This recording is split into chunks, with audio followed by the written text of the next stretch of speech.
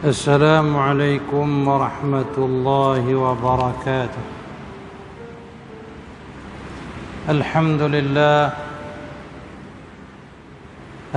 لله نحمده ونستعينه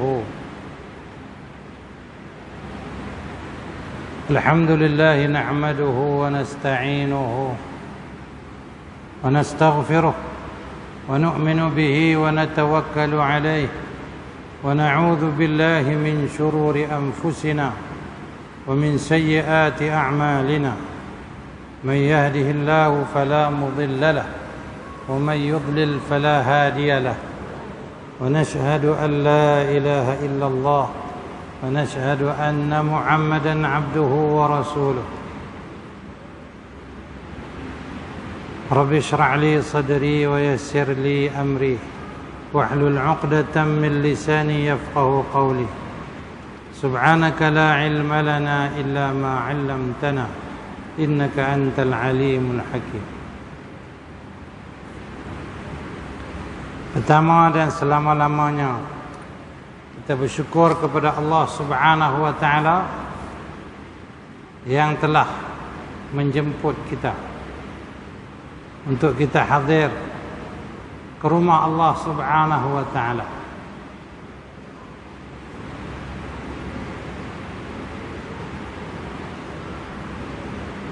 Hakikatnya ini adalah suatu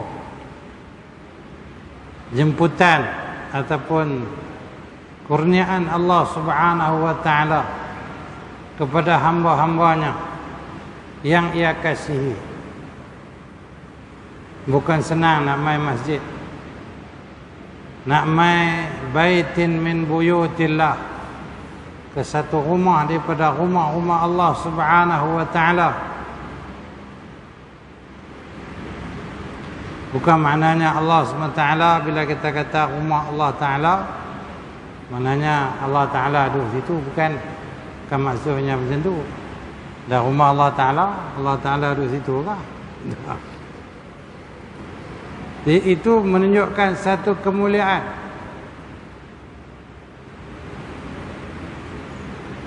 Maknanya tempat tu tempat yang mulia. Tempat tu tempat yang Allah Ta'ala muliakan. Sebab itu disebut rumah Allah. Kan? Satu benda yang dikaitkan dengan satu benda yang mulia, maka sudah tentu tempat tu tempat yang mulia. Jadi rumah, bait, perkataan rumah itu dikaitkan dengan Allah. Jadi maknanya tempat tadi tempat yang mulia. Sebab Allah Ta'ala itu maha besar, maha agung, maha mulia. Jadi apabila Allah SWT bagi kita dapat datang ke masjid, ke rumah Allah Subhanahu wa taala, maka kita telah mendapat suatu jemputan, satu kemuliaan daripada Allah. Ada yang Allah SWT muliakan dia, sehingga setiap waktu, 5 waktu dapat datang ke rumah Allah Subhanahu wa taala, dapat mengerjakan salat jemaah 5 waktu. Daripada gelap subuh, lepas tu mai tengah panas. Nabi kata siapa tahu pahala orang datang waktu tengah panas ni, waktu fi zahirah, pada waktu tengah hari, tengah panas mayang zuhur, siapa tahu pahala dari Allah Ta'ala sediakan kepada orang datang waktu tengah panas ni. La atau ha walau habwan, pasti dia akan datang walaupun merangkak. Kemudian gelap sikit, waktu yang orang kata waktu yang seronok, waktu yang relax, iaitu asar. Waktu ni orang relax banyak. Orang relax pergi berjalan-jalan di taman, orang relax pergi main bola lah. Waktu ni banyak orang lalai waktu ni. Waktu orang lalai, waktu orang shopping di pasar raya lah apalah, waktu berjalan-jalan, maka dia datang. Waktu ni pun dia pun main. Masya Allah. Ini yang dikatakan salatul usta. Nabi sebut kata waktu semayang ni semayang yang istimewa. Sebab apa? Pada waktu ni orang ketika manusia sedang lalai, yang tengah buat kerja pun duk syok lagi buat kerja, yang tengah duk bendang lagi duk buat bendang, tak mau waktu ni paling seronok. Dia buat kerja. Duk tengah menikah waktu ni paling relax lah. Tiba-tiba dia datang, maka dia mendapat ganjaran yang besar di sisi Allah SWT. Kemudian waktu maghrib pula, waktu nak tenggelam matahari, waktu dah matahari dah mula tenggelam. Kemudian di waktu Isya pula dia datang, kan? Dia datang waktu sembahyang Isya dalam keadaan kegelapan, tengah gelap, kan? Nabi kata, "Basyiril masyain fi dhulam bin nurit tam yaumal qiyam." Berilah berita gembira kepada orang-orang yang berjalan di tengah kegelapan malam dengan mendapat cahaya yang sempurna di hari akhirat. Di hari akhirat ni gelap lah, tak sadar cerita. Tengok tangan sendiri pun tak nampak di hari akhirat. Maka antara yang akan mendapat cahaya yang sempurna di hari akhirat nanti, dia orang datang waktu kegelapan malam. Dekat pukul 9. Waktu ni macam-macam benda yang melalaikan. Ada cerita seronok lah, ada macam-macam lah. Waktu itulah nak makan lah macam-macam. Tapi dia korban. Dia susah payah datang ke rumah Allah Subhanahu Wa Taala. Jalan. Pada hari ni macam-macam lah. Datang ke masjid, jalan kaki ada, kenderaan pun ada, tak apalah. Tapi tetap juga Allah SWT menjanjikan, basyiril masyain fi dhulam bin nuri tam yaumal qiyamah. Berilah berita gembira pada orang yang berjalan di tengah kegelapan malam dengan cahaya yang sempurna di hari akhirat. Jadi di hari akhirat ni, hari yang gelap, kita sangat memerlukan kepada cahaya. Cahaya tu di mana kita nak dapat? Dalam dunia ni lah. Jadi Masya Allah, setengah orang yang mana Allah Ta'ala kasih ni, lima waktu dia tetap datang ke rumah Allah SWT. Apabila seruan azan, seruan daripada Allah SWT, dia tak boleh duduk lah. Dia akan datang tunaikan macam ini. Orang yang istimewa lah. Orang yang macam ni kita pergi minta doa ke dia, tolong ya. Sebab apa? Sebab Nabi SAW berkata dalam hadis, dalam kitab tafsir Ibn Kathir, hadis ini terdapat, dia kata umarul masjid waliullah. Maknanya orang-orang yang mengimarahkan masjid ni adalah kekasih-kekasih Allah, wali-wali Allah. Ni dia wali Allah ni, yang duduk main tiap waktu masjid. Ada orang yang Masya Allah dalam satu hari 4 kali. Itu kurang sikit lah. Okey juga, tapi kurang sikit. Ada orang yang 3 kali. Ada orang yang 2 kali sehari. Ada orang yang sekali. Ada orang yang na'udzubillah tak main langsung. Hati dia tak ada di masjid Allah, tak ada. Yang ni kena sedih. Yang ni kita kena sedih. Dan kita kena dakwah dia suruh dia main masjid.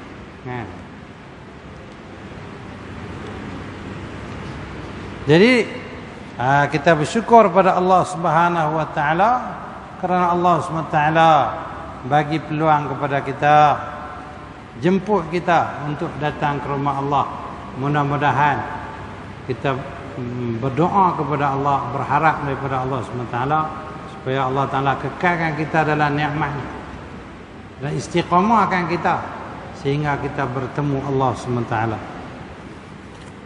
Jadi cerita ini ialah berkenaan dengan yang disebutkan oleh Imam Ghazali dalam kitabnya Mukasyafatul Qulub, iaitulah berkaitan dengan fadlit tarahum, kelebihan saling berkasih sayang. Tuntutan kita dalam agama Allah Subhanahu wa taala kepada orang-orang beriman ni supaya mereka ni saling apa orang panggil berkasih sayang. Dan inilah sifat sahabat-sahabat Nabi SAW. Inilah sifat pelajar-pelajar sekolah Nabi SAW yang telah dididik, dibentuk sehingga mereka ni menjadi sebaik-baik manusia. Nabi kata khairul qurun qarni, sebaik-baik kurun ni kurun aku ni, sahabatku ni. Sebaik-baik kurun. Jadi mereka ni saling berkasih sayang. Sebagaimana Allah SWT sebut mereka ini di dalam Al-Quran. A'udzu billahi minasyaitonir rajim. Muhammadur Rasulullah. Muhammad itu pesuruh Allah. والذين معه أشداء على الكفار رحماء بينهم. Ini di antara sifat mereka. Dan orang-orang yang bersama Muhammad ni, iaitulah sahabat-sahabat Nabi SAW, mereka ini begitu tegas kepada orang-orang kafir. Begitu tegas kepada orang kafir. Ruhama'u bainahum, berkasih sayang di antara mereka. Ini sifat sahabat. Sedangkan sebelum datang Nabi SAW ni, mereka ni bergaduh, bermusuhan. Tapi apabila mereka telah dididik oleh Nabi SAW dengan iman dan takwa, maka mereka menjadi manusia-manusia yang begitu tegas kepada orang kafir. Mereka bersikap adil dengan orang kafir. Mereka tidak menzalimi orang-orang yang kafir. Mereka menunaikan hak-hak manusia walaupun mereka itu kafir, tetapi mereka tegas. Tegas dalam soal agama mereka tak boleh dihina, tak boleh direndah-rendahkan, tak boleh dipermain-mainkan oleh orang-orang kafir. Pantang, yang tu pantang. Bab akidah tak ada kompromi. Bab agama tak ada kompromi dengan orang kafir, tak ada. Lepas itu pula mereka ruhama'u bainahum, sesama orang-orang beriman ni cukup berkasih sayang. Kalau kita nak cerita macam mana masyarakat sahabat yang berkasih sayang ni, panjanglah cerita dia. Macam-macam kisah yang ada. Itu sahabat. Jadi kalau kita ni sesama beriman ni ada program-program yang melahirkan kasih sayang sesama orang beriman, itu adalah satu benda yang baik. Yang aja kita buat tu makan-makanlah. Buat kenduri. Lepas itu pakai berimpus ke apa, bergotong royong, beramah mesra. Itu adalah benda yang baik sebab melahirkan kasih sayang. Ruhama'u bainahum. Jadi ini perkara yang dituntut di dalam agama Allah Subhanahu wa taala.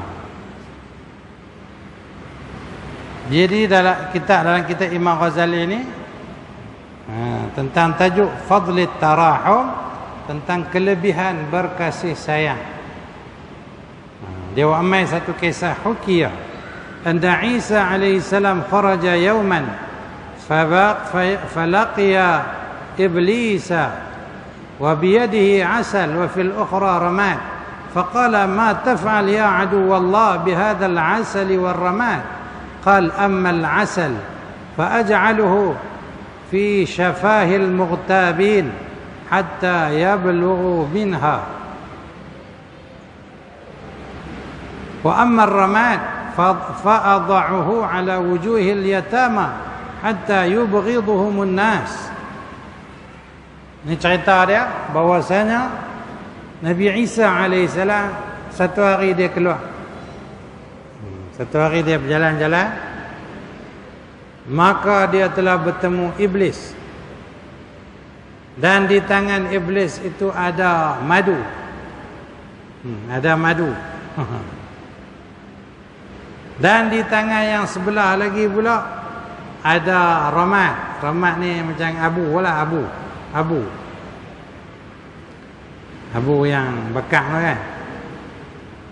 Maka dia bertanya, maka Nabi Isa pun bertanya, apa yang kamu buat wahai musuh Allah dengan madu dan abu ini? Buat apa ni? Madu yang ada di tangan ni, debu ataupun abu yang ada di tangan ni. Maka menjawablah oleh iblis. Dia kata, adapun madu, aku nak letak dia di mulut-mulut orang-orang yang mengumpat ni, sehingga mereka ni habis-habisan mengumpat. Bila dia mengumpat, dia lagi sedap.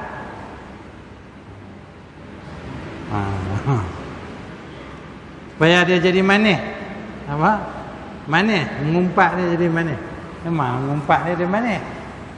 Dia makin sedap. Makin, apa orang panggil, makin menghalusi, lagi dia sedap. Makin cerita lagi dalam, lagi sedap. Pasal apa? Boleh letak madu. Dan adapun debu-debu ni, abu-abu ni, aku akan meletaknya di muka-muka anak-anak yatim, orang-orang yatim, anak-anak yatim, sehingga orang ramai dia merasa benci.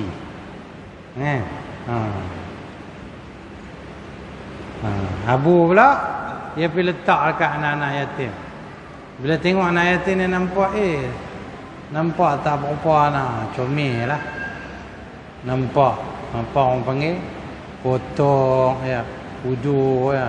Jadi dia timbul rasa kebencian.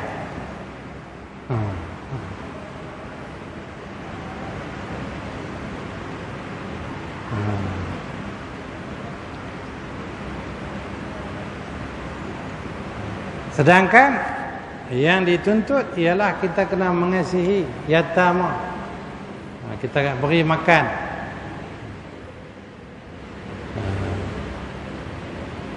Kan? Ara'aita alladhi, Allah Ta'ala sebut, ara'aita alladhi yukadzibu bid-din fadzalika alladhi yad'ul yatim. Tidakkah kamu melihat orang-orang yang mendustakan hari kiamat, iaitu mereka ni apa orang panggil, mengherdik ataupun menolak orang-orang yatim, anak-anak yatim.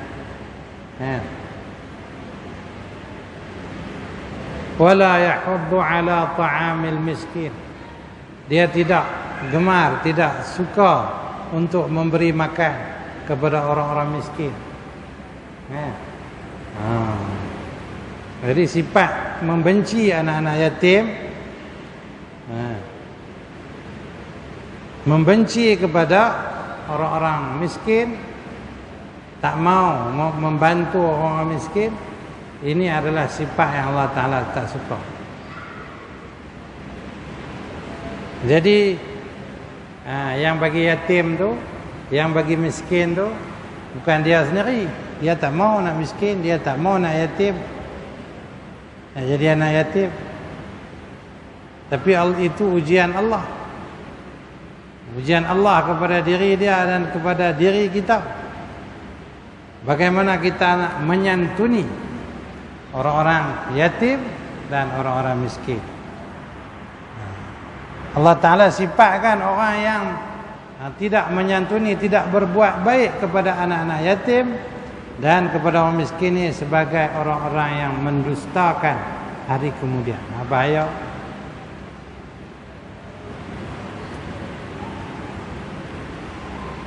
Wa qala sallallahu alaihi wasallam innal yatim idza duriba ihtazza 'arsyur rahman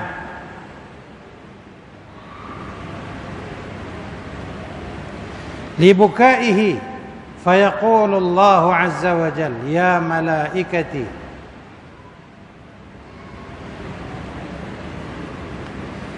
man abka hadha as-sabiy alladhi ghayyabtu abahu fit turab. Nabi sallallahu alaihi wasallam bersabda, sesungguhnya anak yatim tadi apabila ia dipukul akan bergoncanglah arasy Allah Subhanahu wa taala kerana tangisannya. Maka berfirman Allah Subhanahu wa taala kepada malaikat, wahai malaikat-malaikatku,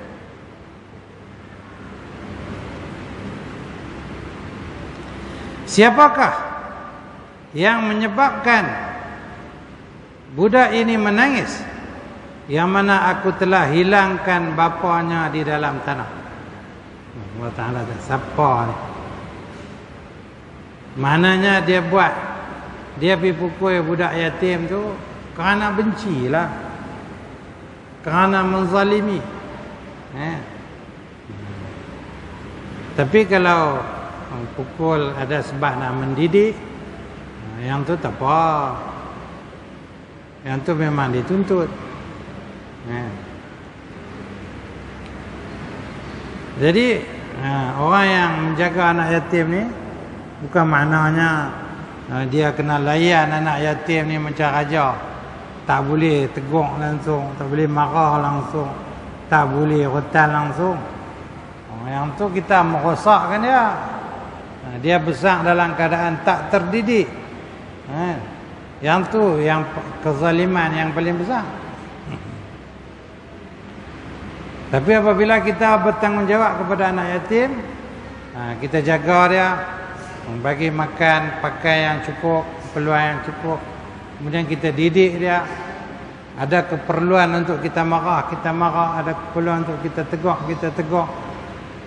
Sehingga akan kalau ada keperluan untuk pukul-pukul, karena nak mendidik. Itu adalah kewajipan kita. Tapi kalau kita pukul dengan sebab kita benci, kerana nak menzalimi, maka di sini disebut ihtazza 'arsyur rahman.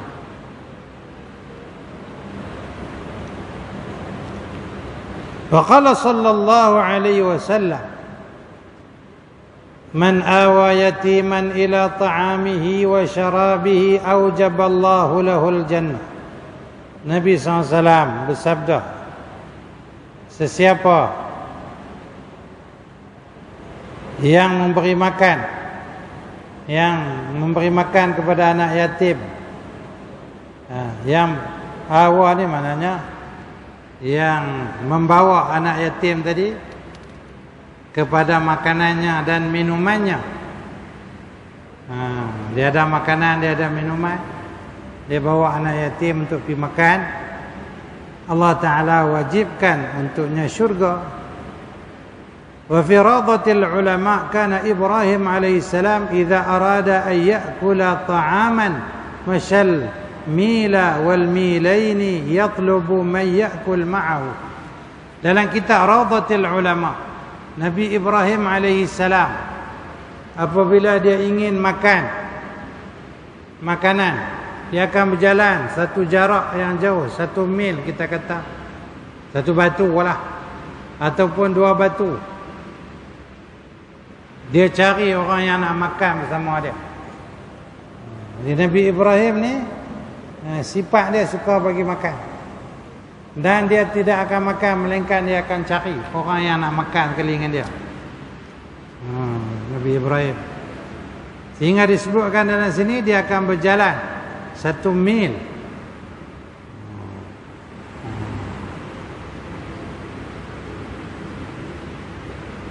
Satu batu ataupun 2 batu. Cari orang yang nak makan bersamanya. Itu Nabi Ibrahim alaihissalam. Dalam Quran Allah Ta'ala cerita malaikat datang mengunjungi Nabi Ibrahim. Faragha ila ahlihi faja'a bi'ijlin hanir. Apabila malaikat mai rumah dia kalut pergi jumpa isteri dia. Dia suruh panggang apa orang panggil anak kambing tu. Yang dipanggang, disediakan makanan. Lepas itu dia akan bawa datang kepada tetamu dia. Itu pangan.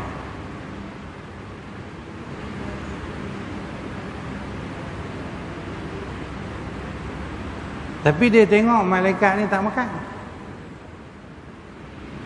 Maka dia jadi takut. Sebab dia tengok.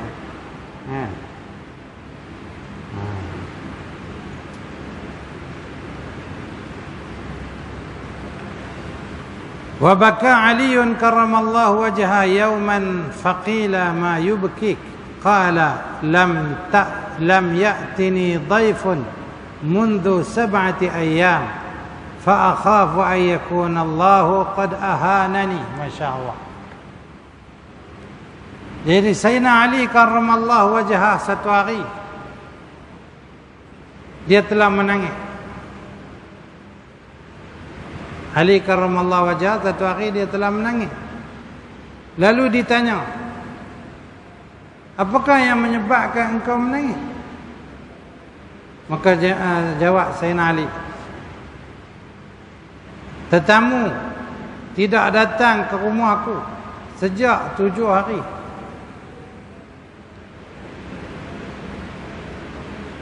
Seminggu dah tetamu tak main ni.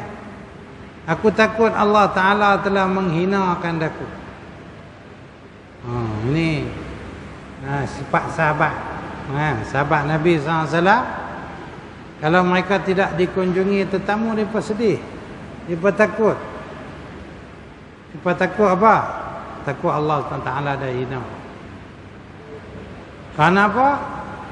Apabila tetamu datang ni, Masya Allah, dia bawa keberkatan, dia bawa rahmat.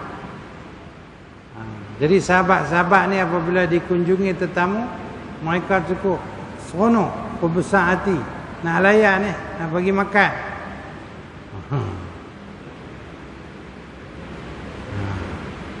Kita yang tak apa nak faham kelebihan ni, tetamu mai, Allah, mai pula dah. Kalut ni mai pula dah. Kita ada kalut ni mai pula dah.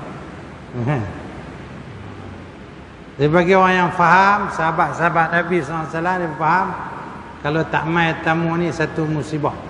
Sebaliknya kalau tetamu mai ni, mai dah rahmat dan keberkatan daripada Allah SWT. Masya-Allah.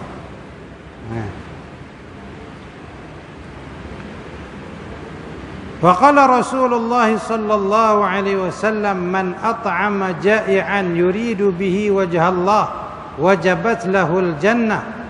ومن منع الطعام عن الجائع منع الله عنه فضله يوم القيامة وعذبه في النار.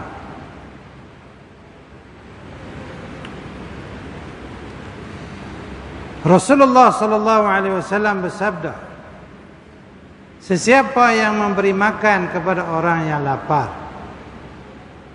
semata-mata kerana Allah Subhanahu wa taala, maka wajiblah kepadanya syurga.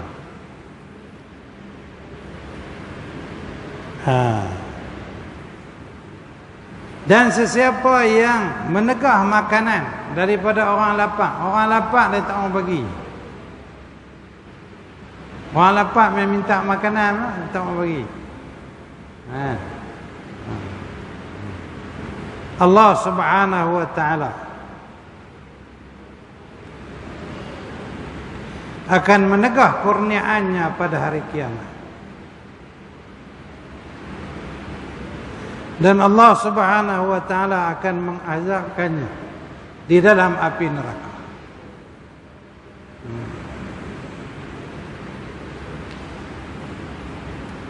Jadi pada hari kiamat Allah Ta'ala tak bagi kurniaan dia kepada orang yang menghalang orang yang lapar daripada mendapatkan makanan. Sedangkan dia mampu.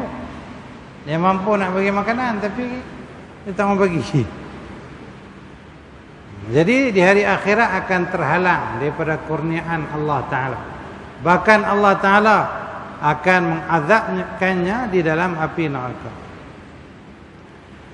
Faqala Rasulullah sallallahu alaihi wasallam as-sakhiyu qaribun min Allah, qaribun min al-jannah, qaribun min an-nas, ba'idun min an-nar, wal bakhilu ba'idun min Allah, ba'idun min al-jannah, ba'idun min an-nas, qaribun min an-nar.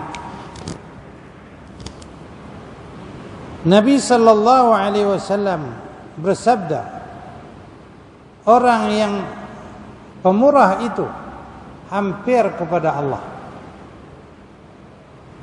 hampir kepada syurga, dan hampir kepada manusia, jauh daripada api neraka. Hampir kepada Allah, hampir kepada syurga, hampir kepada manusia, dan jauh daripada api neraka. Manakala orang yang bakhil itu jauh daripada Allah, jauh daripada syurga, jauh daripada manusia, hampir ke neraka.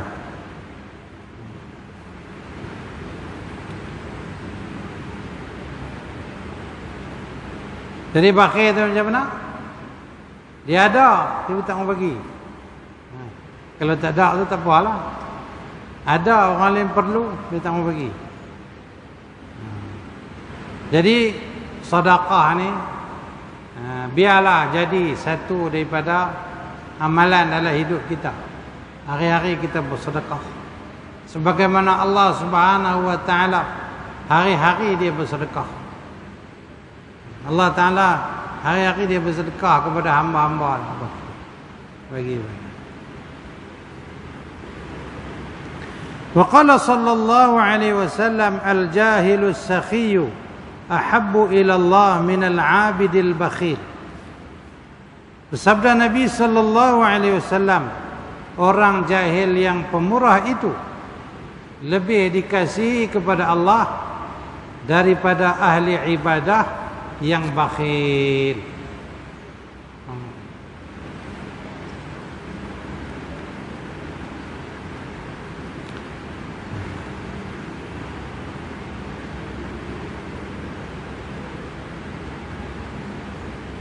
وقال رسول الله صلى الله عليه وسلم إذا كان يوم القيامة يدخل الجنة 4 بغير حساب العالم الذي يعمل بعلمه ومن حج ولم يرفث ولم يفسق حتى مات والشهيد الذي قتل في المعركة لإعلاء كلمة الإسلام والسخي الذي اكتسب مالا من الحلال وأنفقه في سبيل الله بغير رياء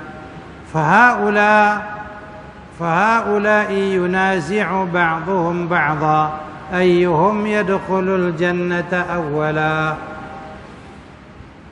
Nabi sallallahu alaihi wasallam bersabda, pada apabila hari kiamat tiba akan masuk ke syurga 4 jenis golongan tanpa hisab. Jadi 4 golongan di hari kiamat nanti akan masuk syurga tanpa hisab. Jadi golongan yang pertama ialah orang alim yang beramal dengan ilmu dia. Dia belajar, dia beramal. Dia belajar, dia beramal.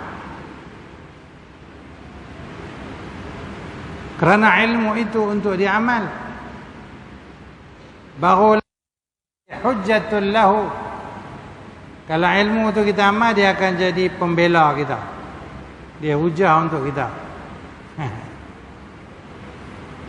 Tapi kalau ilmu tadi untuk kita simpan, ya, kita simpan dalam hati, dalam diri kita, kita tak beramal.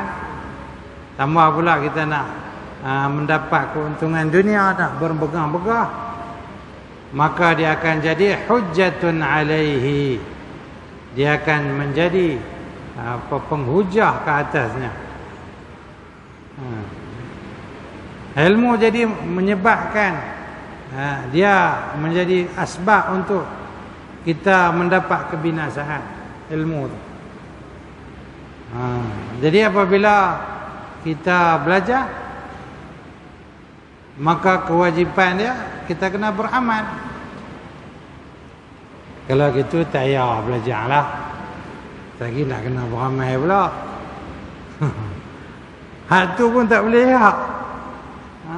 Manusia ni wajib kena belajar. Allah Ta'ala tanya apa tak beramal ni.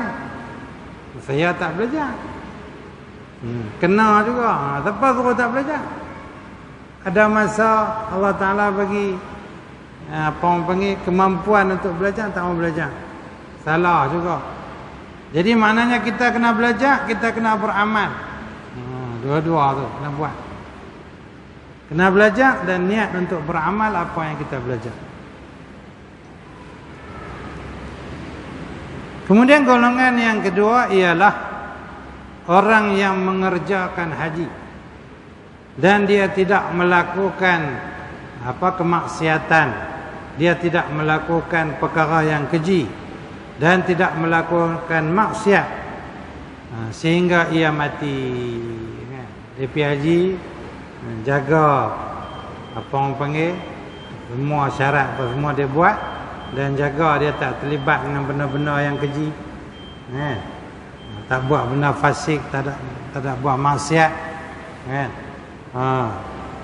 sehingga dia mati, maka dia akan masuk syurga tanpa hisab. Dan yang golongan yang ketiga ialah syahid yang dibunuh di dalam peperangan kerana meninggikan kalimah Allah, meninggikan kalimah Islam.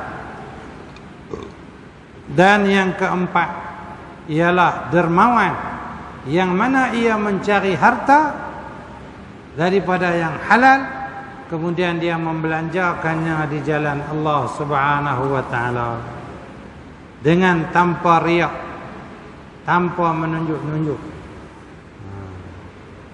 Dia cari harta. Jadi orang yang cari harta ni dia kena niat untuk nak belanja jalan Allah, ikhlas semata-mata kerana Allah. Maka dia akan masuk syurga tanpa hisab. Ada orang yang mana Allah Ta'ala bagi tu, bagi apa orang panggil dalam bidang tu, maknanya dia ni dapat menghimpunkan harta yang banyak, maka dia niatlah untuk menginfak di jalan Allah SWT, dia akan mendapat kelebihan masuk syurga tanpa hisab. Masya Allah. Maka mereka ini, empat-empat golongan ni berebut-rebut di antara mereka. Manakah di antara mereka yang masuk syurga dulu? Empat golongan ni duduk berebut-berebut, duduk apa orang panggil berlumba-lumba, mana yang nak masuk syurga dulu. Tu hebatnya empat golongan tadi. Allahu Akbar.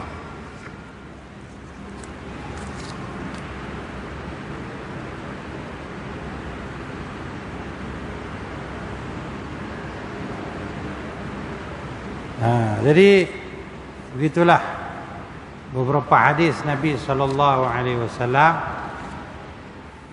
yang dibawa datang oleh Imam Ghazali rahimahullahu taala, maknanya menyatakan tentang pentingnya kita bersikap rahmah, bersikap rahmah kepada sesama manusia. Walaupun orang yang tak beriman, apatah lagi dengan sesama orang beriman. Hendaklah kita berkasih sayang. Antara sifat kasih sayang ni kita suka bersedekah, bersifat pemurah. Jadi mudah-mudahan daripada apa yang kita muzakarahkan pada malam ni dapat kita ambil pelajaran untuk kita amal dalam kehidupan kita dan kita sampaikan kepada yang lain. Kita sudah dengan tasbih kafarah. Subhanakallahumma wa bihamdika asyhadu an la ilaha illa anta astaghfiruka wa atubu ilaik. Assalamualaikum warahmatullahi wabarakatuh.